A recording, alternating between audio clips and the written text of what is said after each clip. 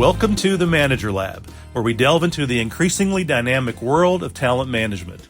In each episode, we will unravel key insights, break down the most relevant books and articles, and provide actionable tips to optimize your approach in developing and retaining top talent. Stay tuned for a deep dive into the art, science, and strategy of unlocking your team's full potential. Let's enter the Manager Lab. Today we're diving into a very practical leadership chapter from the 21 Irrefutable Laws of Leadership by John C. Maxwell, the law of priorities. And the core idea is simple, but incredibly challenging. Leaders understand that activity is not necessarily accomplishment. That line hits hard because most leaders today are really busy. Calendars are packed. Notifications never stop. Meetings stack on meetings. And at the end of the day, many leaders collapse into bed exhausted because they're still wondering if they actually moved the organization forward. Maxwell's point is this: just because you're doing a lot does not mean you're doing what matters most. Great leadership is not about filling up your schedule. It's about focusing your energy. And honestly, this law may be more relevant today than when Maxwell first wrote it, because modern leadership doesn't usually fail from laziness. It fails from distraction. So in the chapter, Maxwell talks about how successful leaders continually evaluate how they spend their time. He explains that leaders must learn the difference between what is urgent and what is truly important.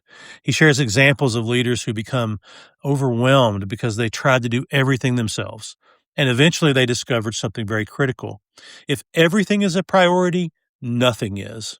One of the stories Maxwell references is how highly effective leaders focus on areas where they bring the greatest return. They stop trying to win everywhere and instead concentrate on what creates the greatest impact. That's the shift. Average leaders react. Intentional leaders prioritize. And how do we actually do that? Maxwell introduces a framework often summarized through three questions. What is required? What gives the greatest return? What brings the greatest reward? So let's unpack those. First, what is required? These are the responsibilities only you can do. Every manager has tasks that simply come with the role. Maybe it's coaching your team. Maybe it's making difficult decisions. Maybe it's setting vision or building culture or having critical conversations. The problem is many leaders spend most of their time doing work someone else could do while neglecting the work only they can do. That's where burnout begins. Managers often fall into the trap of becoming professional firefighters, constantly solving small operational problems instead of developing people and building systems. But leadership is not about being needed for every problem. It's about building a team that can solve problems without you. Here's an actionable question. What am I doing right now that someone else on my team could be trained to handle? That one question can completely change your effectiveness. Okay, second question, what gives the greatest return? Maxwell emphasizes that leaders must invest their time where they are the strongest. Not every task produces equal value. For example, 1 hour spent coaching a high-potential employee may create more long-term impact than 5 hours spent tweaking spreadsheets or answering low-level emails. One meaningful conversation with your team may accomplish more than 3 status meetings, and one strategic decision may save months of confusion. So great leaders think in terms of return on energy, not just return on time. And this requires courage because sometimes the highest return activities are not the most immediately satisfying. Developing people is slower than fixing problems yourself. Thinking strategically feels less productive than checking tasks off a list. But over time, priorities compound. Maxwell's leadership philosophy consistently points back to multiplication. Leaders multiply through people. So managers should ask, where do I create the most value?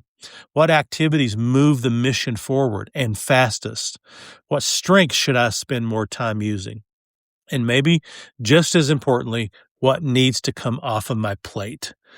Now, the third question was, what brings the greatest reward?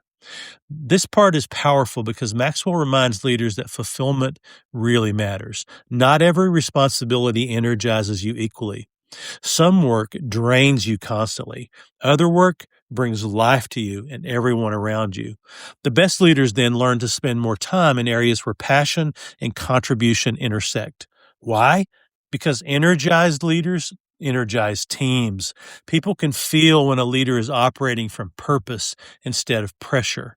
Think about the managers you've loved working for. Most likely, they were not just productive people, they were focused people. They were clear people, purposeful people. And they made you feel that the work mattered. That's the deeper point of priorities. Priorities shape culture.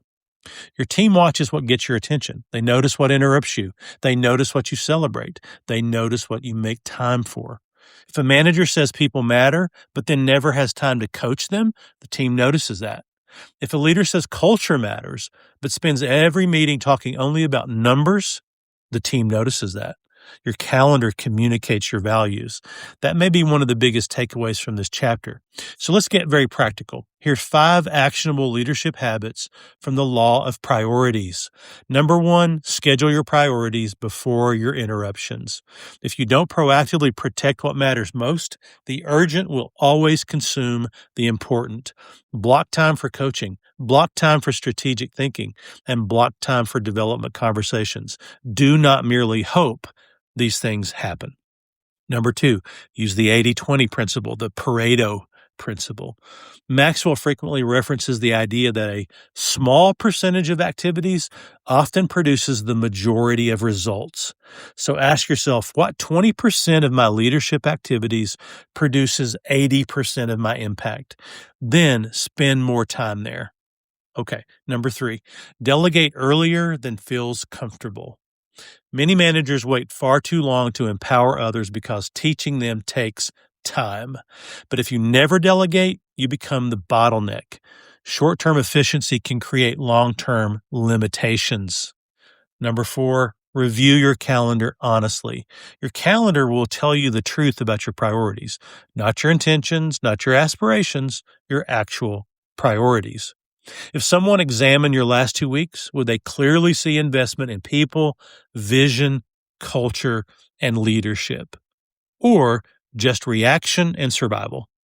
Number 5, say no more often. Say no more often. Sorry. This is difficult for many leaders because good opportunities are everywhere. But leadership maturity is not choosing between good and bad. It's choosing between good and best. So every yes costs you something. Every commitment consumes some of your leadership energy. Sometimes the most productive thing a leader can say is not now. And so as we close today, remember this. Leadership is not measured by how busy you are. It's measured by what moves forward because of your focus. Maxwell teaches that effective leaders never confuse motion with progress. And in a distracted world that we live in, focused leadership becomes incredibly valuable. Your team does not need a leader who touches everything. They need a leader who concentrates on the right things. So this week, I want to challenge you with one final question. What is the one thing you need to stop doing so you can fully invest in what matters most? Because every great leader eventually learns this truth. You cannot maximize your leadership until you prioritize your life. Well, thanks for listening. And until next time we meet in the Manager Lab, do good work.